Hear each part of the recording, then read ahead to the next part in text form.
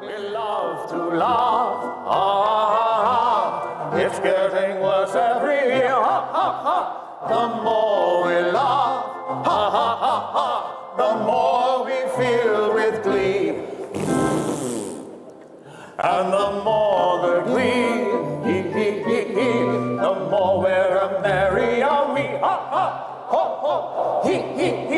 the more we're merry are we.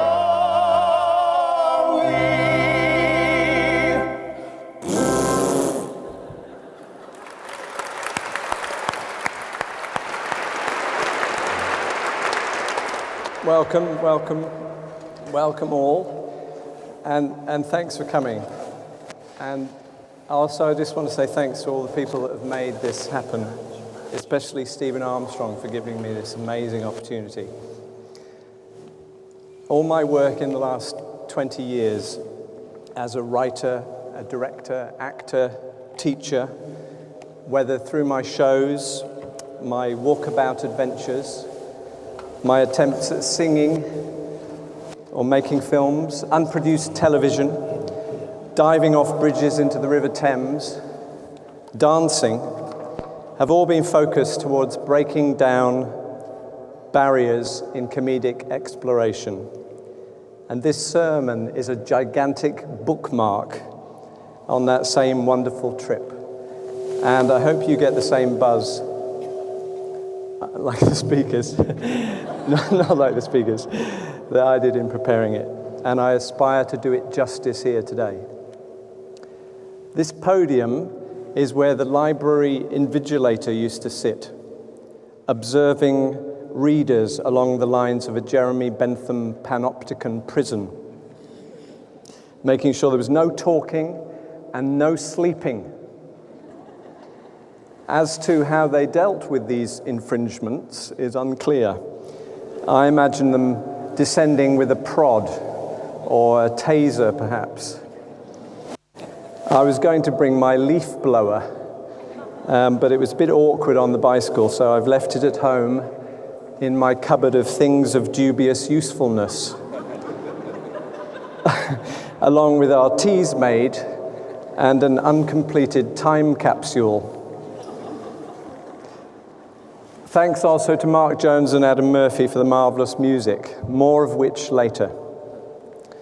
Now, I'm going to speak for about 25 minutes, give or take the unscripted riff, after which there will be sweet refreshments on the lawn. We've put a tab on a frozen yogurt van, so you can tuck in if you waive your program. And if things seem to be drying up, I'm going to be offering spontaneous baptisms for anyone so moved. And the last bit may also involve a short funeral service for any gags that die during proceedings. And I've made a cardboard coffin down here for that. And we can all therapeutically wail and mourn for those in a rejuvenating way when the time comes. And that's all the admin. Right. On humour. The Book of Hugh, pages 2 to 3, lines 21 to 22, and 36 to 37. Any list of things people do have one underlying theme. All the things we do express our desire to be taken seriously. We want to be authentic, legitimate, and worthy of attention. We cannot bear to be belittled. Among the factors that explain why we do the things that we do, this one, to be taken seriously, is sovereign. And I want to throw up an alternative to that from the book of Greg and Amira, chapter 1, page 14, lines 1 to 5. Blonde, attractive, GSOH, vivacious 34-year-old, likes simply red, looking for someone caring and affectionate who can make her laugh. Our greatest aspiration in our personal relations is that we have a good sense of humor, GSOH for short. And my friends who date tell me that GSOH is now added as default on dating site registration forms. You have to be funny to be eligible for love. High stakes. So, the book of Hugh, be serious. The book of Greg and Amira, be funny. So often in life, our sources contradict each other, and not just making sense of that, but acting upon it. Acting upon these contradictory thrusts is our life's work. And I'm going to try and explore these contradictory aspirations today, to be serious and to be funny.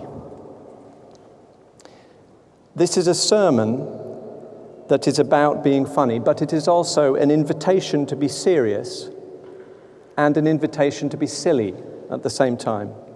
I don't want you to go out of this hall today and be a moron. I want you to be an oxymoron. I want you to be seriously funny. Now, I'm going to ask a question.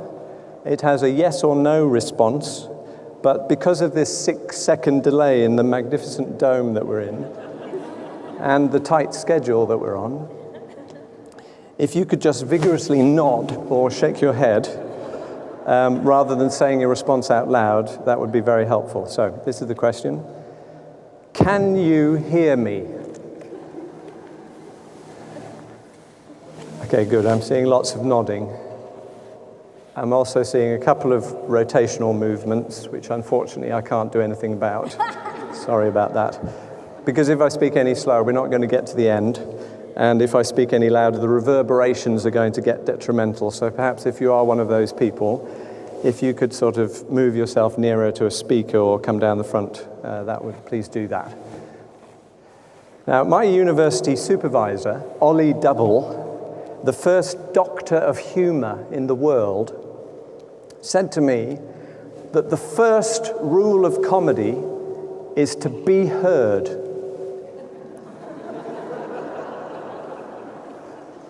But to understand what it is to be heard, you have to understand what it is to listen. And I expect aspirations toward that heightened state of existence here today. I need your serious attention to what I'm about to tell you, for there will be apparent contradictions, like the one I just mentioned, and alleyways of the mind that require paradigm shifts in your way of being to navigate.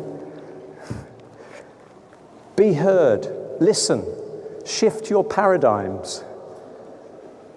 There's so many rules in humor. I know of at least 5 books in print that have the title, How to Be Funny. And many more glossy examples cover the same area.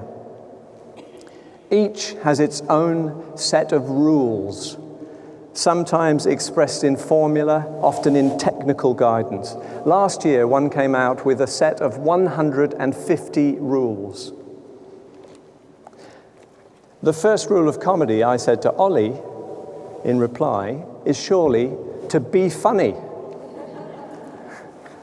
But funny to who? You think this is funny? You don't think this is funny. You might not look like you find it funny, but maybe you're laughing on the inside. You might find it funny later. Now, if you tell a few people it was funny and come back to hear it again, if it was on again, it would be very funny. All the more so if we were charging for tickets. Because you have then invested in its funniness. And what is investment if not a demonstration of belief? Faith is critical. If I say to you, you are funny, you are. Or you say to you, or you to you, yeah? Or not, yeah. Maybe you, or not you. Actually, you're not funny. No, I'm just joking. I'm just joking. You're very funny. You are especially funny today. But how, yes? How are we funny? There are three groups of theory about the nature of humour, what it is, and how it works. Incongruity, relief, and superiority. The most dominant of these is incongruity. From the 21st book of Emmanuel, pages 58, lines 12 to 13. To raise a hearty, convulsive laugh, replace logic and familiarity with things that don't normally go together. Something absurd. In other words, we expect one outcome and another happens. Here, for example, in the back of my book, is a mummified bat. That is the incongruity theory in action. Not everything that is incongruous is funny. But things that are funny tend to have some incongruity about them. But let's file away the mummified bat for now and move on to humour theory number 2. Relief. From the 17th book of Sigmund. Joking, like dreaming, serves as a safety valve for forbidden feelings and thoughts. And when we express what is usually inhibited, the energy of repression is released in laughter. Now, talking about personal ablutions is generally something people are inhibited about. Even in our dish and tell times, the phrase "too much information" gets thrown at us if things get a bit too personal.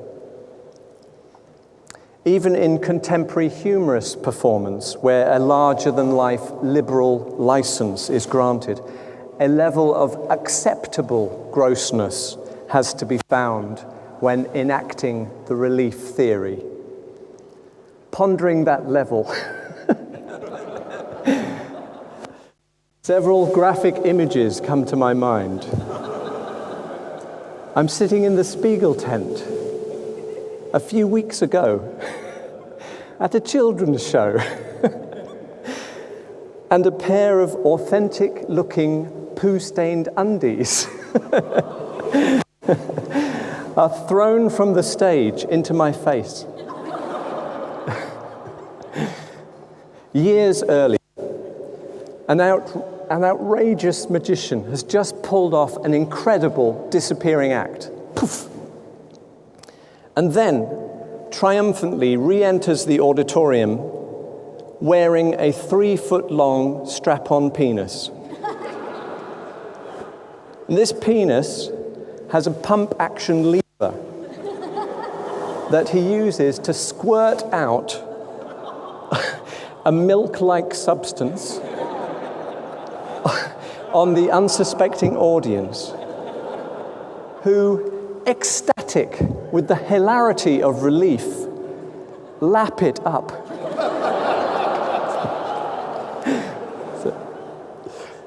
Now, the third and last of these theories, but also the oldest, is superiority. The book of Plato. Socrates says to Protarchus, "Do you realize that when we see a comedy, the soul experiences a mixture of pleasure and pain?" And Protarchus says, "Huh?" Socrates, it is somewhat difficult to see this mixture of feelings in our reaction to comedy. Protarchus, Socrates, the malicious man is pleased at his neighbour's misfortune. Protarchus,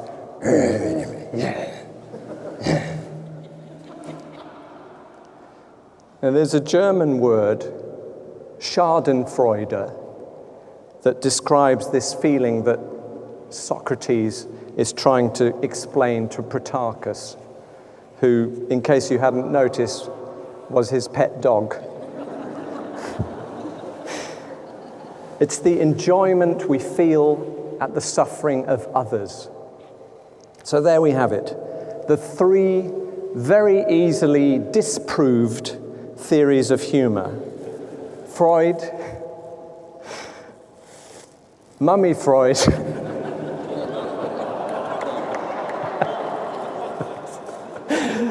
that's in the bin, and Schadenfreude. But what about the practice? I have attempted to do a grouping into 4 types, and I'm calling them humours. In medieval times, it was widely believed that the body was made up of 4 humours or fluids: black bile, blood, phlegm, and choleric. And if people became ill, it was because they had too much of one of these fluids. And a doctor would then apply a leech to the area where the unwanted excess was and have it sucked out. The 4 humours that I am proposing here today in relation to our contemporary usage of the word are not dissimilar in that they also need delicate balancing. Now, I'm not suggesting that we put leeches in our armpits, though that could well be hilarious. But we cannot ignore each element, and we must passionately monitor their emphases. And the first of these is called toxic humour. Now, there are going to be offensive things in this section,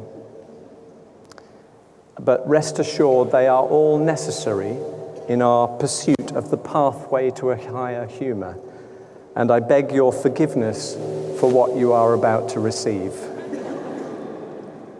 See, I've not been looking forward to this section because up until Wednesday, I was going to have to re-perform the royal prank call that was made last year by 2 Sydney radio broadcasters and resulted in the suicide of one of the nurses that was involved.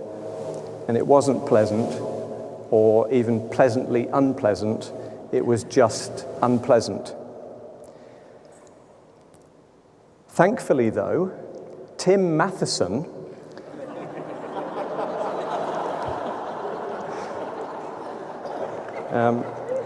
those who don't know, the first bloke of Australia, has come in with a less tragic alternative. Speaking in his role as men's health ambassador for the government, he told guests at an official reception,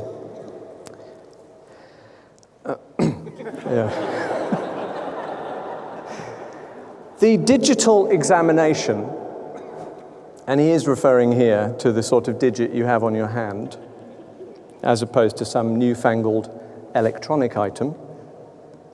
The digital examination is the only true way to get a reading on your prostate. So make sure you go and do that. And perhaps look for a small Asian female doctor is probably the best way. Is that toxic? There were laughs, apparently. Can we even call it a joke? The Age newspaper thought it was, and a racist, sexist, and sizist one at that. They could probably have thrown in homophobia and ageism as well, but it's already covering a lot of territory. Australian filmmaker Corrie Chen tweeted in response to their article, "As an Asian woman with small hands, I thought what Tim Matheson said was just common sense."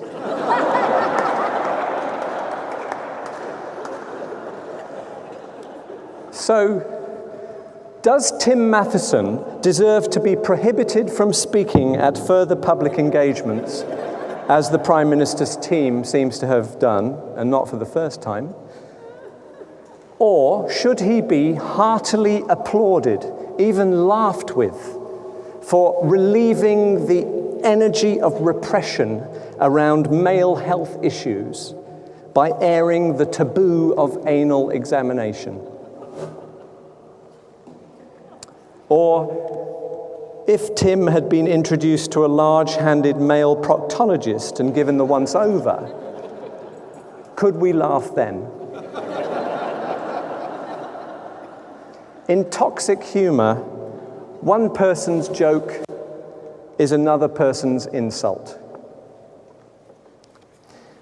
But what if we were to turn this toxicity upon ourselves? Does that make it okay? Is it offensive if we willingly sacrifice ourselves upon the altar of the audience's mirth? A sort of reverse or inverted Schadenfreude, where we invite and enjoy our audience's pleasure at our self-sufficient suffering. You probably have come across examples of this. It's a common defense mechanism in blokey environments where you make humor out of your own abnormalities. A young friend of mine who has larger than average ears, for example, refers to himself as the elephant in the room.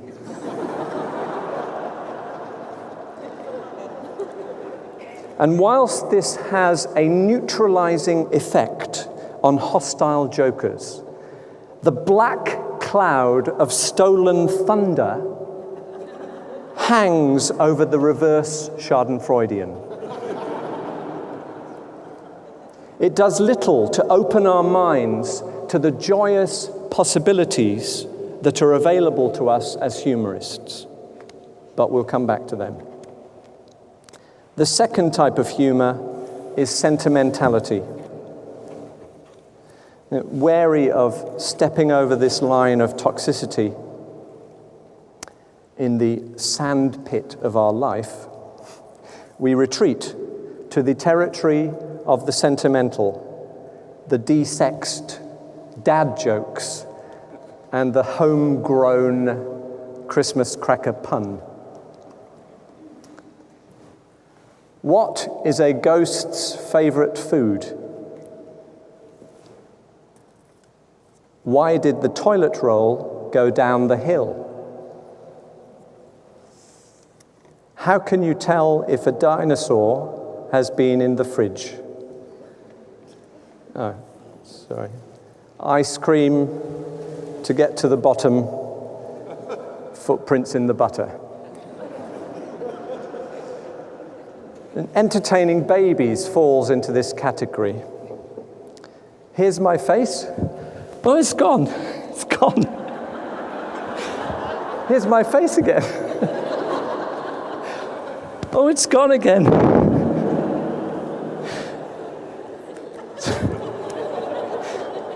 Yeah, we can do this. Comedians pull back and reveal all over the place. But adults who have perhaps lost touch with their childlike sense of fun, and many of us have, need more. We actually need a bit of unpleasantness to satisfy our sense of humor. Something a bit more grown up.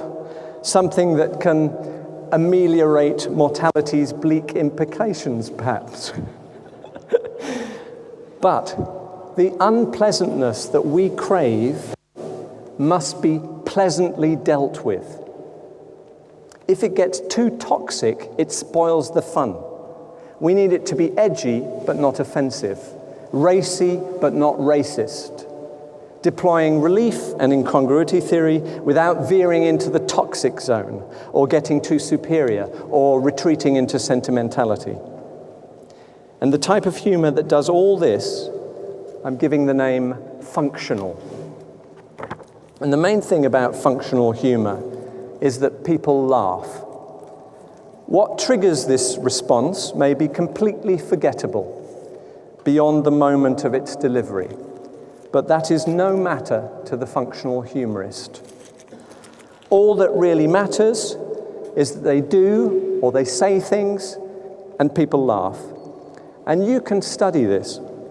You can do it yourself.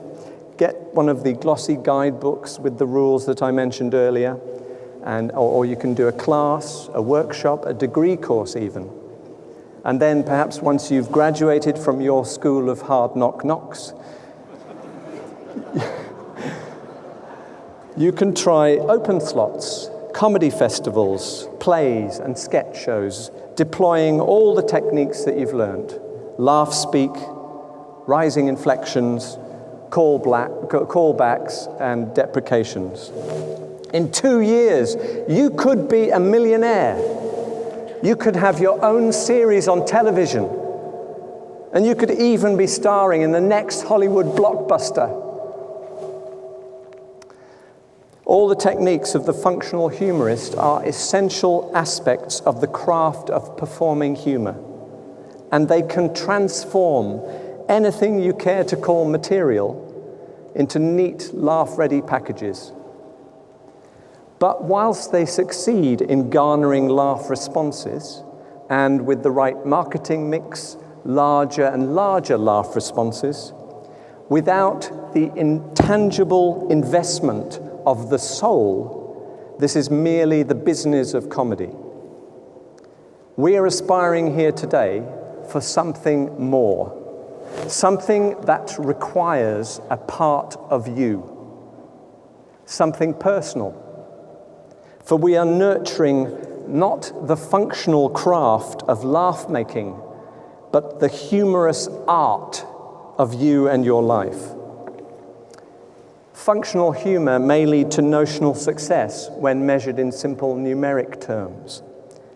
But in order to achieve the success that comes from the fourth and last humor that I'm going to talk about today, soul humor, there is a much greater risk involved because we have to fail. And our success will be in terms of that and how well we do that. In other words, we have to be successful at failing. So how do we fail? First, we have to have an aspiration, a place to ascend to that ideally has many difficult obstacles to overcome before we can reach the summit. Like life, but with a higher purpose. A pleasantness beyond the clouds of pleasant unpleasantness. And this climb must be genuine and must be seriously pursued, no matter what kind of mountain it is that you're aspiring to conquer. The aspiration can be amazing, but it must be possible. It must be realistic. And no matter how big, it must be filled with real feeling, with sentiment, but not sentimentality. Now, you may be thinking, hang on a minute, Hitler had aspirations. Pol Pot had them. Where are we going here? I don't know of any laughs emanating from that era or those eras. But this is where the balancing of our four humors comes into play. Let us test our aspiration. Is it toxic? Hitler, Pol Pot fail at the first hurdle. But you don't have to. Your aspiration can be non-toxic, ambitious, for the greater good. It may even involve a degree of risk to your person, or not, as long as it is bigger than yourself. Toxic aspirations kill. They are not of life, and we cannot sustain them. And sustain we must, because we will fail. And when we fail, we must aspire again to achieve our goal. The Book of Winston. Success is the ability to go from failure to failure without losing your enthusiasm. And it may be that finally you achieve your goal. You conquer your Everest, and that may serve as your punchline. But the building blocks of this success, and there are many of them, are failures. Here, I think we have a starting point. At these moments of collapse, for it is here that we see for the first time the soul of the humorist. In our joyful understanding, acceptance, and celebration of our failures, our lost footing, our falls, our humanity, we discover that each slip leads to an answer, a pathway to our next perilous ravine that we will also bravely face and painfully traverse with a serious intent and a soul full of good humor. The soon-to-be-published Book of Tom. This is the story of my mentee's marathon bicycle trek across northern Mongolia from a town called Moron to another smaller town also called Moron.